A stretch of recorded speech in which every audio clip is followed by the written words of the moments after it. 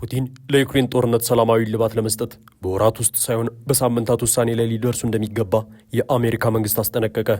ከዚህ ጋር ተያይዞ ሩሲያ በትራምፕ የታሪፍ ዝርዝር ውስጥ ለምን እንዳልተካተተችም የምንለው ነገር አለ። ትራምፕ አስተዳደር በስህተት ወደ ኤልሳልቫዶር የላከውን ግለሰብ እንዲመለስ ፍርድ ቤት አዝዟል። ሊቢያ የህዝብ አወቃቀሯን በአፍሪካውያን ለመቀየር እየሞከሩ ነው ያለቻቸውን የእርዳታ ድርጅቶች ከሀገሪቱ አባራለች። ጤና ይስጥልን ክቡራትና ክቡራን፣ በዓለም ዳርቻ ሁሉ የምትገኙ የቻናላችን ቤተሰቦች፣ ይህ ዋንጫ አነጋጋሪ ነው። እስከ መጨረሻው ድረስ አብራችሁን ከቆያችሁ በዝርዝር ትሰሙታላችሁ። ቻናሉን ላይክ፣ ሼር እንዲሁም ሰብስክራይብ በማድረግ አብራችሁን ሁኑ። ወደ መረጃዎቹ ገባን። አሜሪካ ፑቲን በተኩስ አቁሙ ላይ በሳምንታት ውስጥ ውሳኔ ላይ ሊደርሱ ይገባል አለች። ፕሬዚደንት ፑቲን ስለ ሰላሙ እንዲሁም የተኩስ አቁሙ ላይ ያላቸው አቋም በሳምንታት ውስጥ እንደሚታወቅ የአሜሪካ ከፍተኛ ዲፕሎማት ተናገሩ። አሜሪካ የውጭ ጉዳይ ሚኒስቴር ማርኮ ሩቢዮ ጦርነቱን ለማስቆም የሩሲያው ፕሬዚደንት ውሳኔ ላይ መድረስ አለባቸው ሲሉ ብራስልስ በነበረው የሰሜን አትላንቲክ የጦር ቃል ኪዳን ድርጅት ኔቶ የውጭ ጉዳይ ሚኒስቴሮች ስብሰባ ላይ ተናግረዋል። ብሪታንያና የፈረንሳይ አቻዎቻቸው ፑቲን ስምምነቱን በማዘግየት በዩክሬን ላይ ጥቃታቸውን ቀጥለዋል ሲሉም ከሰዋቸዋል። የአሜሪካው ፕሬዝደንት ዶናልድ ትራምፕ ከ3 ዓመታት በላይ የዘለቀውን ጦርነት ለማስቆም ተኩስ አቁም ስምምነት እንዲደረስ በሚሞክሩበት በዚህ ወቅት ሩሲያና ዩክሬን የሚፈጽሟቸውን ጥቃቶች አጠናክረዋል። ባለፈው ወር ሳውዲ አረቢያ ላይ በተካሄደው ውይይት ይህንንም ተከትሎ አሜሪካ ያቀረበችውን የ30 ቀናት የተኩስ አቁም ዩክሬን ስትቀበል፣ ሩሲያ በበኩል እስካሁን ውሳኔዋን አላሳወቀችም። ሩሲያና ዩክሬን ጥቁር ባህር ላይ የሚያደርጉትን ጦርነት የሚያስቆም የተኩስ አቁም ስምምነት መፈረማቸውን ዋይት ሀውስ አረጋግጧል። ነገር ግን ሩሲያ የጥቁር ባህር የተኩስ አቁም ስምምነቱን ተግባራዊ የሚሆነው ምዕራባውያን የጣሉትን ማዕቀብ ሲነሳ መሆኑን አጽንኦት በመስጠት ቅድመ ሁኔታዎችን አስቀምጣለች። ሩሲያ ይህንን ድርድር ጦርነቱን ለመቀጠል የምትጠቀምበት ስልት ሊሆን ይችላል ተብለው ማርኮ ሩቢዮ የተጠየቁ ሲሆን እሳቸውም የትራምፕን ጦርነት በአስቸኳይ የማስቆም አቋምን በድጋሚም ተናግረዋል። ሩሲያውያን ጦርነቱን ለማቆም ያለንን አቋም ያውቃሉ። በቅርቡ ከሚሰጡት መልስ ወደ እውነተኛ ሰላም ለማምጣት ወይም የማዘግየት ዘዴ እንደሆነ ግልጽ ይሆናል ብለዋል። አክለውም ትራምፕ ስለ ድርጅት ማለቂያ በሌላቸው ድርድሮች ወጥነት ውስጥ አይገቡም ሲሉም አጽንኦታቸውን አስቀምጠዋል። የኔቶ ከፍተኛ ባለስልጣን በበኩላቸው ፑቲን የተኩስ አቁምን ለማድረግ የተዘጋጁ ስለመሆናቸው ምንም አይነት ፍንጭ እንደሌለ ተናግረዋል። ሩቢዮ ግን የተኩስ አቁም ስምምነት እንደሚደረግ ተስፋን እንደሰነቁ ነው። ሩሲያ የምትሰጠውን ምላሽ ተከትሎ አሜሪካ አካሄዷን እንደገና እንደምትገመግምም አስረድተዋል። ከ6 ወራት በኋላ ሳይሆን በቅርቡ ሩሲያና ፑቲን ውሳኔ ላይ መድረስ አለባቸው ብለዋል ማርኮ ሩቢዮ። ሐሙስ ዕለት የፖላንድ የውጭ ጉዳይ ሚኒስቴር ራዴክ ሲኮርስኪ በተመሳሳይ መልኩ ፑቲን ጦርነቱን ለማስቆም እርግጠኝነታቸውን በወራት ውስጥ ሳይሆን በሳምንታት ሊያሳዩ ይገባል ብለው ነበር።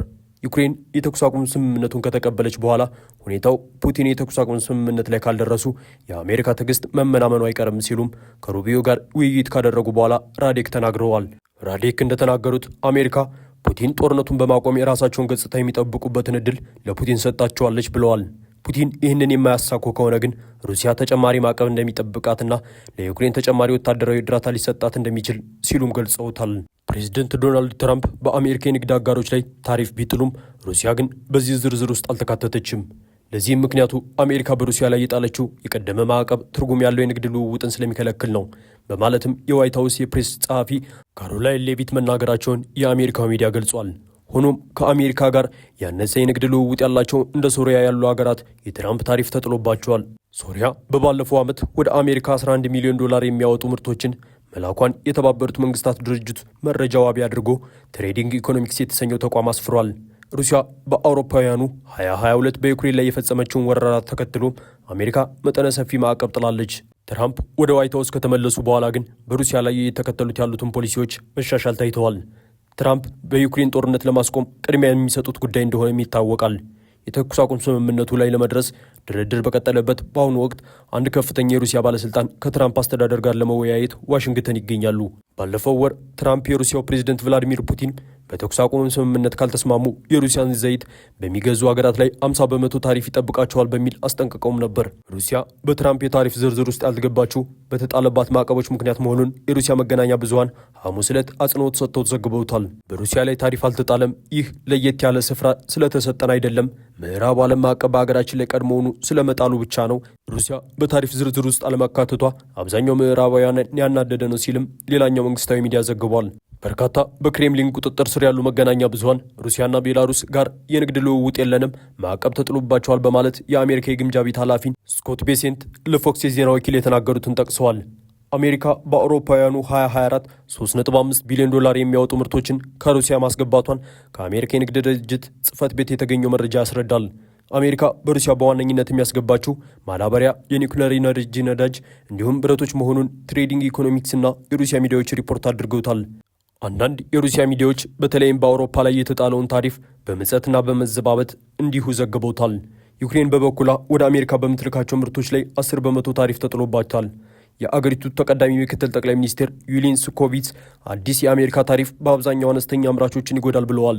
በተጨማሪም ዩክሬን የተሻሉ ውሎችን ለማግኘት ጥረት እያደረገች ነው ብለውታል። በአውሮፓውያኑ 2024 ዩክሬን ለአሜሪካ $874 ሚሊዮን የሚያወጣ ምርቶችን ስትልክ ከአሜሪካ ጋር ያስገባችው ደግሞ $3.4 ቢሊዮን ምርቶች እንደሆነ ምክትል ጠቅላይ ሚኒስትሯ ገልጸዋል። ዩክሬን ለአሜሪካ እንደ ታማኝ አጋርና ደጋፊ የምትሰጠው ብዙ ነገር አላት ያሉት ጠቅላይ ሚኒስትሩ አክለውም ፍትሐዊ ታሪፍ ሁለቱንም ሀገራት ይጠቅማል ብለዋል። በአሜሪካና ዩክሬን መካከል ያለውን የንግድ ልውውጥ አነስተኛ ቢሆንም የአሜሪካና ሩሲያ ጋር ለሚደረገው ጦርነት ከፍተኛ የቁስ ድጋፍ ለዩክሬን ታደርጋለች። ትራምፕ አገራቸው ለዩክሬን ያደረገችው ድጋፍ ከ300 ሚሊዮን እስከ $350 ቢሊዮን የሚያወጣ ነው ሲሉም ይከራከራሉ። የአሜሪካ መከላከያ ሚኒስቴር በበኩሉ አገሪቱ በአጠቃላይ በአውሮፓ ለምታደርገው ስልጠናና የመከላከያ ክምችት ለመሙላት የፈጀው $182.8 ቢሊዮን ብቻ ነው ብለዋል። የአሜሪካ እስካሁን ላደረገችው ድጋፍም እንዲሁ ጦርነቱ ሰላማዊ እልባት እንዲሰጠው ዩክሬን ማዕድናት እንድትሰጣት እየጠየቀች ትገኛለች። በተያያዘ ዜና የዶናልድ ትራምፕ አስተዳደር በስህተት ወደ ኤልሳልቫዶር የላከውን ግለሰብ ወደ አሜሪካ እንዲመለስ ፍርድ ቤት አዝዟል። የሜሪላንዱ ነዋሪ ኪልመር አብሬጎ በስህተት ወደ ኤልሳልቫዶር እስር ቤት መላኩ ተገልጿል። ያለፈው ወር ኪልመርና ሌሎችም በመቶዎች የሚቆጠሩ ሰዎች የወንጀለኛ ቡድኑ አባላት ናቸው ተብለው ከአሜሪካ መባረራቸው ይታወሳል። እስከ ሰኞ ድረስ ኪልመር ወደ አሜሪካ እንዲመለስ ዳኛ ፓውላ ዢንግ ወስነውበት ነበር። የአሜሪካ የስደትና ከስተመርስ ቢሮ አይስ ግለሰቡ ወደ ኤልሳልቫዶር የተላከው በስህተት ነው ብሏል። በ2019 ኪልመር ከአሜሪካ መባረር እንደሌለበት በፍርድ ቤት ተወስኖለት ነበር። ዋይት ሀውስ ግን ግለሰቡ የኤምኤስ 13 ወንጀለኛ ቡድን አባል ነው ብሏል። ጠበቃው እንዳሉትም ይህንን ክስ የሚደግፍ ማስረጃ አልቀረበም። የትራምፕ አስተዳደር ወደ ኤልሳልቫዶር የከፋ እስር ቤት የላኩት 238 ቬንዙዌላውያንና 23 የኤልሳልቫዶር ዜጎችን ነው። የኪልመር ጠበቃ ሳይመን ሳልቫዶር ሞሸንገስ እንዳሉት ደግሞ ደንበኛው በምንም ወንጀል ተከሶ አያውቅም፣ በግዳጅ ከአገር የማስወጣት ያህል ነው ሲሉ ሁኔታውን ይገልጹታል። አይስ የተፈጠረው ነገር ስህተት ነው ቢልም የአገር ውስጥ ደህንነት ክፍል ግን ፍርድ ቤቱ ኪልመር በኤልሳልቫዶር ላይ ይዞታ ስር ስላለ የአሜሪካ ፍርድ ቤት በጉዳዩ ውሳኔ የመስጠት መብት የለውም ብሎ ተከራክሯል። ዳኛው ግን ኪልመር የአሜሪካን በማስወጣት ህገወጥ ነው ብለው ብያኔ ሰጥተውበታል። የዋይት ሀውስ ምክትል ቺፍ ኦፍ ስታፍ ስቴፈን ሚለር ዳኛዋን የኤልሳልቫዶር ፕሬዚደንት ነኝ ብላ የምታስብበት ማርክሲስት ብለውታል። የትራምፕ አስተዳደር ኪልመርን መመለስ አይቻልም ማለቱ ጠበቃውን አስቆጥቶታል። ምንም ጥረት ሳያደርጉ አልተሳካለንም ማለታቸው ደግሞ ይህንን ያባብሰዋል። የፍትህ ሚኒስትር አቃቢ ህግ ኤልጅ ራቪን በፍርድ ቤት ቀርበው ሲከራከሩ በስህተት መፈጠሩን አምነውታል። ዳኛዋ የእስር ትእዛዝ አልወጣበትም፣ ስለዚህ ከሀገር የማስወጣት ምክንያት አልነበራቸውም ብላለች። ጉዳዩ ከዲሞክራቶች በኩል ትችትን አስከትሏል። የትራምፕ የስደተኞች ጉዳይ ባለሥልጣኖች ትክክለኛውን አሰራር እየጣሱ ነው ሲሉም ነቅፈዋቸዋል። ዲሞክራቱ የሜሪላንድ አገረ ነዋሪ ዌስ ሞር ስህተት መስራታቸውንም አምነዋል። ስለዚህ እንደሚያርሙትም እጠብቃለሁ ብለዋል። በመጨረሻም ሊቢያ የህዝብ አወቃቀሯን በአፍሪካውያን ለመቀየር እየሞከሩ ነው ያለቻቸውን የረዳይ ድርጅቶች አባራቸዋለች። በሊቢያ ያሉ የረዳይ ድርጅቶች አፍሪካውያን ስደተኞች እንዲቆዩ በማበረታታት የሀገሪቱን ስነ ህዝብ አወቃቀር ለመቀየር እያሴሩ ነው ሲሉ ባለሥልጣናቱን ከሰሱ። እነዚህ የሀገሪቱን የስነ ህዝብ አወቃቀር ዲሞግራፊክ ለመቀየር አሲረዋል የተባሉ ድርጅቶችም ቢሮአቸው እንዲዘጋ በያዝነው ሳምንት ሐሙስ ትዕዛዝ ተላልፎባቸዋል። ባለሥልጣናቱ ድንበር የለሽ የሐኪሞች ማኅበር፣ የተባበሩት መንግሥታት ድርጅት የስደተኞች ጉዳይ ክፍል ከፍተኛ ኮሚሽነር USHCR እናም የኖርዌይን የስደት ምክር ቤቶችን ጨምሮ 10 ድርጅቶችን ተለይተዋል። የአፍሪካ ተወላጅ የሆኑ ስደተኞችን በሀገራችን የማስፈር ዕቅድና የጥላቻ ተግባርን የሚወክል ነው። ዓላማውም የሀገሪቱን ስነ ህዝብ አወቃቀር ለመቀየርና የሊቢያን ማህበረሰብ አደጋ ላይ የሚጥል ነው ሲሉም የሀገር ውስጥ የደህንነት ባለሥልጣን ቃል አቀባይ ሳሌም ጌይት ሐሙስ ዕለት ተናግረዋል።